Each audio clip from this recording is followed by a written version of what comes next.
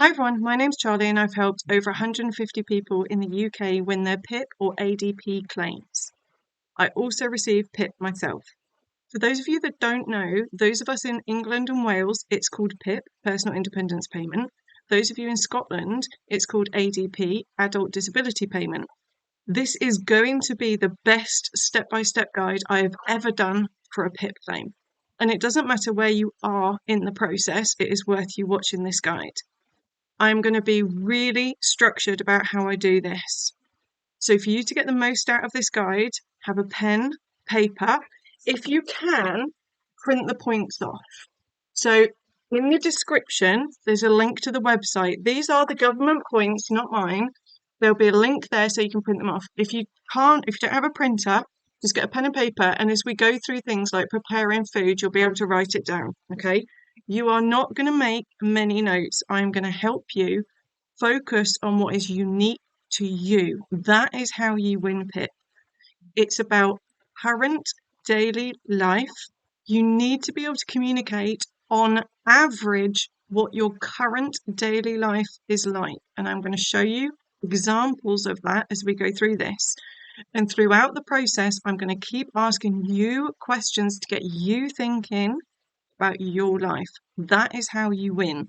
Obviously, I'm going to help you understand the process and how to word it so that they, the DWP, get it. We need them to get it, okay? You've got to be honest throughout.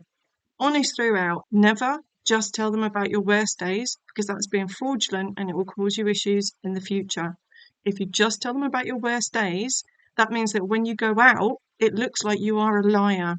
So stick with me, because I promise I know what I'm doing. I thought in Scotland they treated people more fairly, and they could, but what I've discovered, a client sent me the ADP booklet, which is about 133 pages. In England and Wales, the booklet we get is about 44 pages. I'm saying about because sometimes they tweak the form slightly.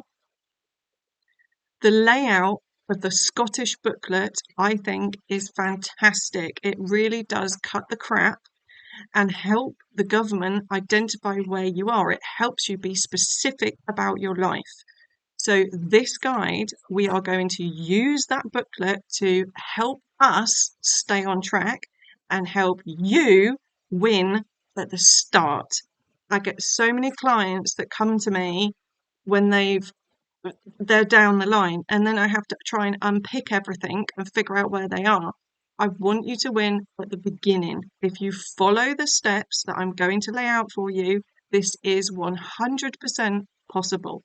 You are proving it. Check out the comments in the other videos. By the way, all the links to me is in the description. There's a link to my website. There's a link so you can book me, because I do have a consultancy where I help people do PIP. Before we look at ADP and apply it to PIP for England and Wales and the points, I want to talk to you about the toileting. Just me talking to you. I see a lot of confusion from people where they don't understand why they only got 2 points. They experience incontinence, but they only got 2 points for using an aid, pads.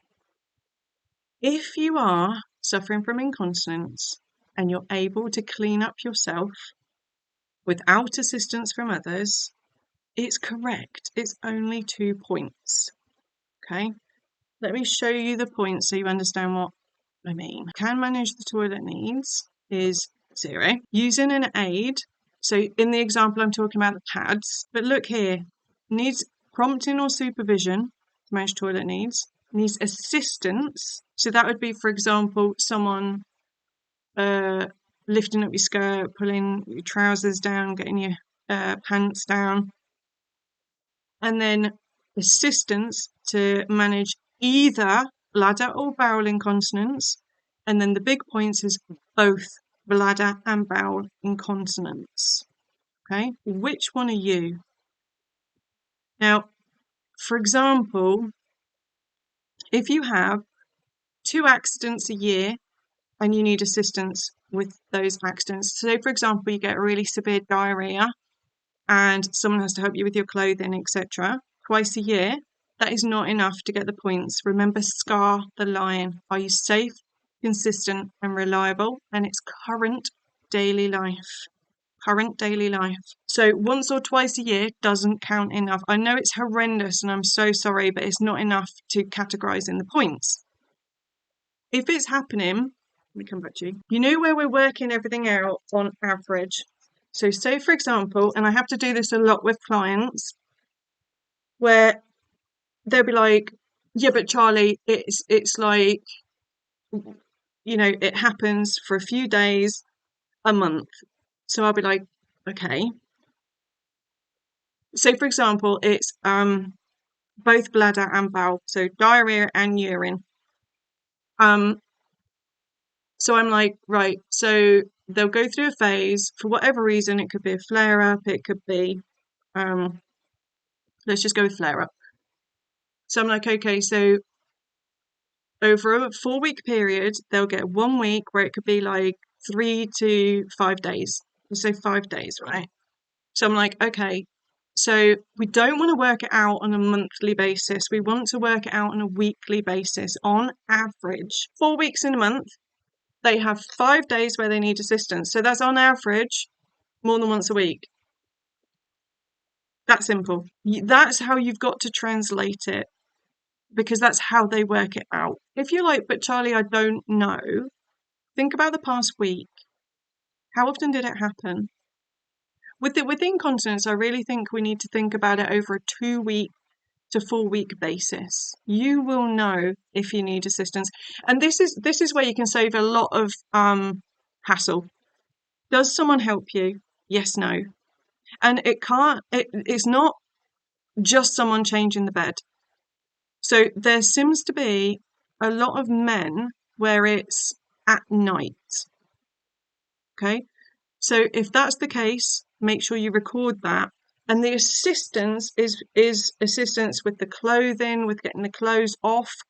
So I definitely think a lot of people have assistance where you want to try and get the clothes off and you don't want to spread it more over your body than what it is because you're already in a mess. So if someone's helping you get the pads down, the pants down, get the clothes off, get the clothes bagged or however you're doing it, and then do the bedding, you can explain that. But they need to be assisting you. If they're just helping with the bedding, I'm saying just, but I know this is a big deal, okay? But from a PIP ADP point of view, if someone is just doing your bedding, it's not points, okay? So you don't need to go into that detail. You can mention it, but you don't need to go into the detail. We're focusing on the relevant information that they need to know. Now, I hope that helps clarify that. When it comes to those of us that are having accidents and we're wearing pads, I've had accidents. The first time it happened to me, I was still employed running the New Look transport contract. I was in a senior manager meeting. Fortunately, I was wearing a really long high-vis jacket that came below my knees. I didn't have the energy to get up and go to the toilet. It was too far away. And I was too embarrassed to say I needed to go back, even though my boss was like, do you need to go? I didn't want to go because I was too embarrassed. And I wet myself and I didn't want to tell anyone. And a friend, also another senior manager, transported me from that location to the hotel. But the problem was she kept, because you don't often go to different sites, everyone kept chatting to her and I was like, we've got to leave, we've got to leave, we've got to leave, I've got to leave. And then as soon as she got me into the hotel, I just burst out crying. And I still didn't tell her. There's no nice way to have an accident. There's incontinence, there is no nice way to be incontinent. There just isn't. It sucks. I get it. We just need to be honest with them. Now, this is going to link in for a lot of you with toileting issues. This will link into mixing with people face to face, which we're going to come on to. It's really important that you are transparent, open, and honest with them about this. I'm going to tell you now, right? In my experience, and I have a lot of it now, the assessors, this is my most hated video, the assessors are lovely, right? Really lovely. It's not them that allocates the points, it goes to a caseworker. When it comes to this toileting section, every single time, they've been absolutely lovely. No one wants to talk about this. They are better at questioning people about incontinence than what they are mental health. They truly are.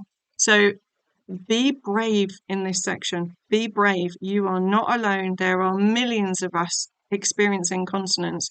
There are millions of us experiencing severe diarrhea that catches us off guard. I do love working with my male clients. That there's the things you come out with when it comes to your accidents is just brilliant. Like, I'm trying to be professional. It's a good job you all meet me on YouTube because I'm trying to be professional and they say something and I can't help but laugh. They're obviously doing it on purpose to make me laugh, but just be honest, okay? So what are we talking about when it comes to going to the toilet? Getting on and off. Well, that's high risk, isn't it? John, my physio, and I, we are going to be doing a video on toileting because the number of people that have falls from the toilet is really high. So we're going to be talking about this, and this is an area I struggle with as well. Urinating, peeing or pooing. Bowel is pooing. Okay, catheter or stoma bag. So when it says about changing your clothes here, that's in the dressing and undressing section. We're not going into that detail in this one. This is purely toileting, okay? Cleaning ourselves. I'm coming back to you for this one. I'm going to be really honest with you because I think it helps. I struggle so much to clean myself after a bowel movement, after I've had a poo, okay? It's the twisting to try and clean yourself. For a female, you're supposed to go from front to back because you don't want to rub feces into your vagina, so you don't wipe that way. It's a nightmare. We're using our hands, we're using our shoulders, we're standing. For me, standing still is the worst possible thing. If I'm doing a slow move forward, that is less painful and exhausting for me than standing. Well, I can't clean myself whilst moving forward. So there are many, many times where I have not been able to fully clean myself. And I am so grateful to those of you that have talked to me about this so I don't feel alone. I'm so grateful to those of you brave enough to comment on the other toileting video I've got. It's awful when you are so exhausted that you literally can't clean yourself and you know you're not fully clean, but you can't do any more. I've had that this week. It's unfortunately a regular occurrence for me. Now, I don't get points for this because I'm not having my mum assist me. I'm just not. I would rather be unclean, have to rest, and then use wipes to clean myself than have assistance and get clean straight away. It's a very big difference when we move into the category where people have to clean us after using the toilet. I refuse to be in that category at this point. So for me, after a bowel movement, I stand up from the toilet, of which I'll hold on to something to pull. By the way, actually, I'm not even going to get into that. I'll wait until me and my physio do that video, me and John do that video, because it's going to blow your mind. It's going to make your life a lot better.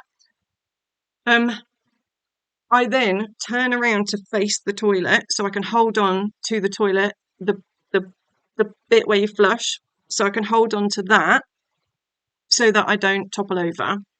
And then the toilet roll is there, so I'm closer to the toilet roll to try and clean myself. It's exhausting.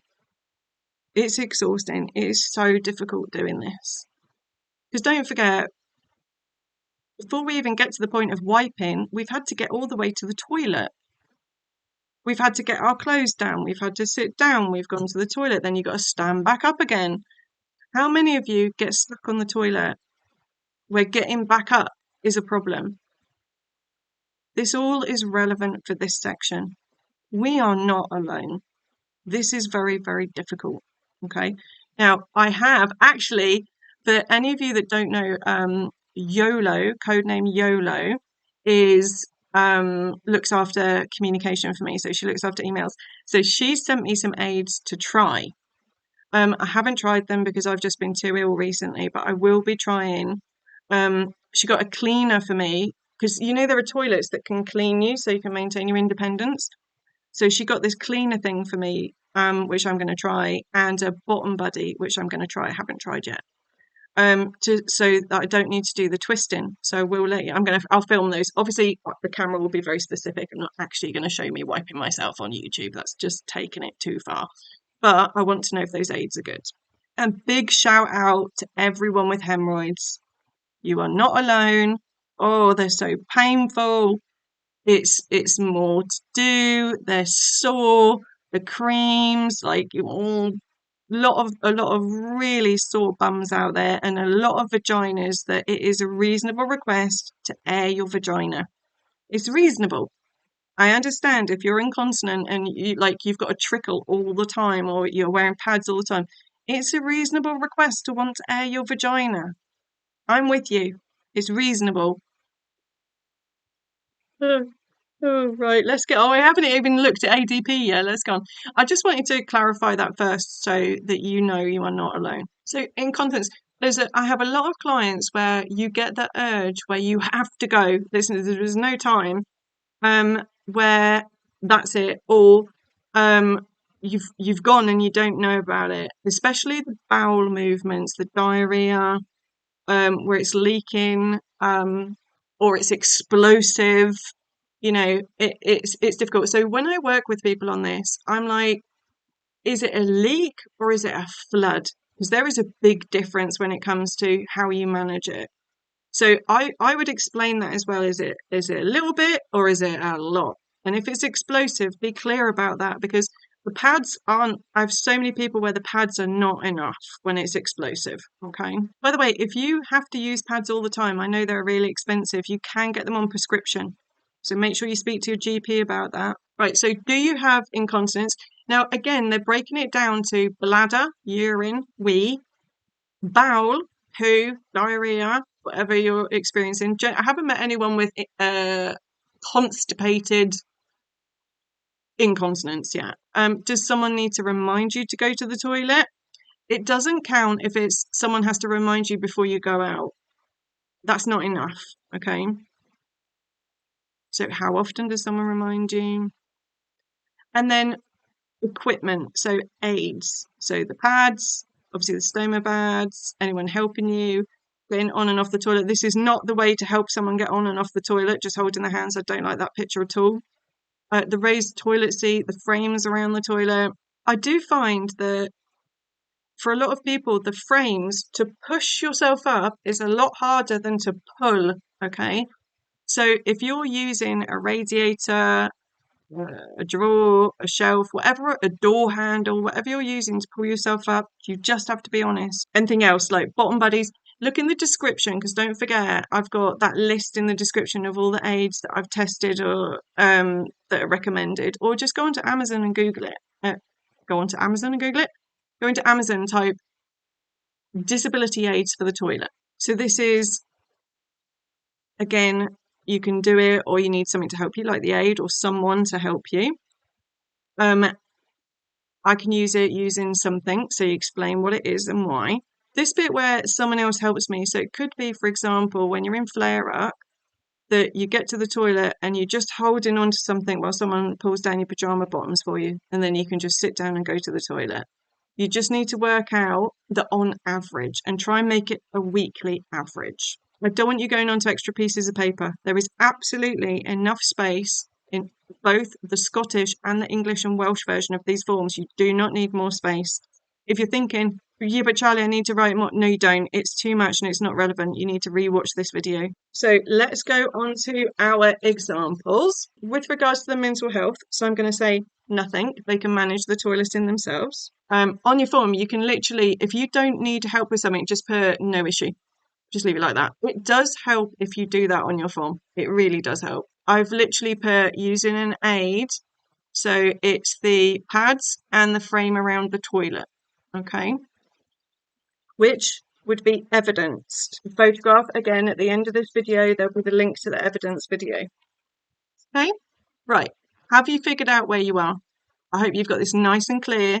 And again, if you haven't been able to print this out, it's fine. You should just have toilet written down and then where you are in the points.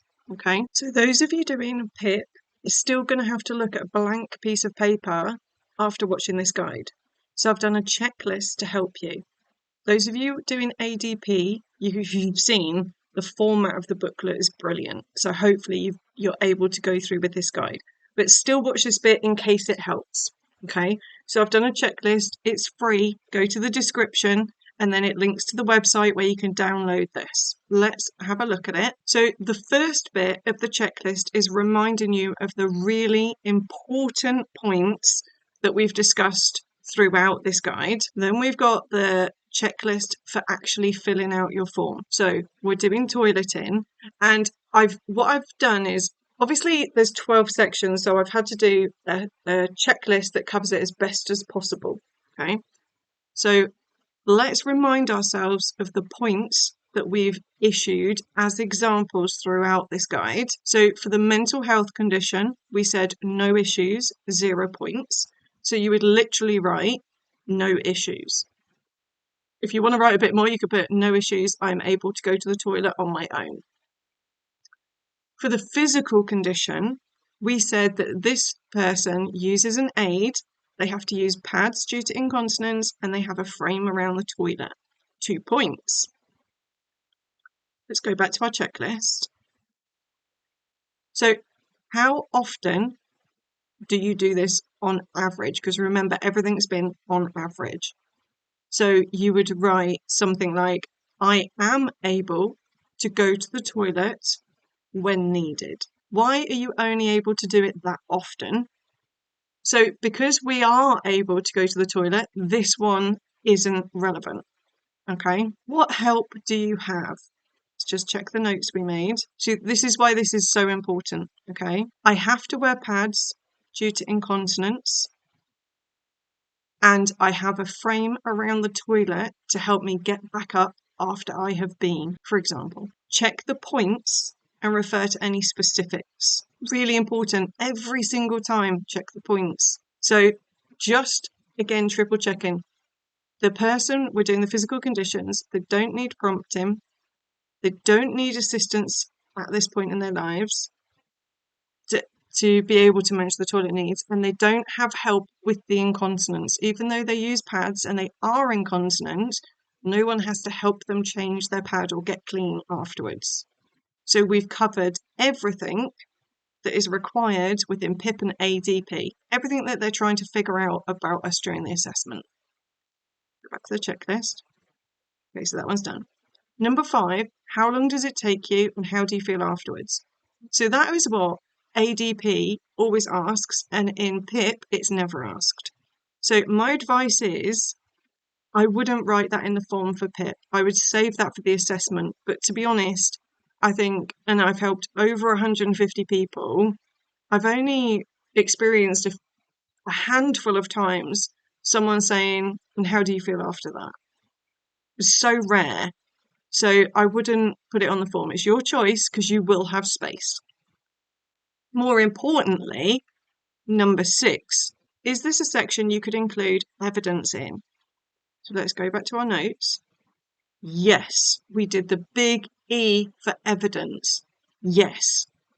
So I would write, and you can do this in ADP as well, please refer to the additional evidence document attached with this form where I have included I've included photos of the aids I use. You can use that, you can just write that one every time because it's nice and simple, okay? If you're running out of space, which none of you should be watching these guides, you could just put, please refer to the additional evidence document. But you should have plenty of space because we are cutting the crap, okay? So the checklist. That's it. Done.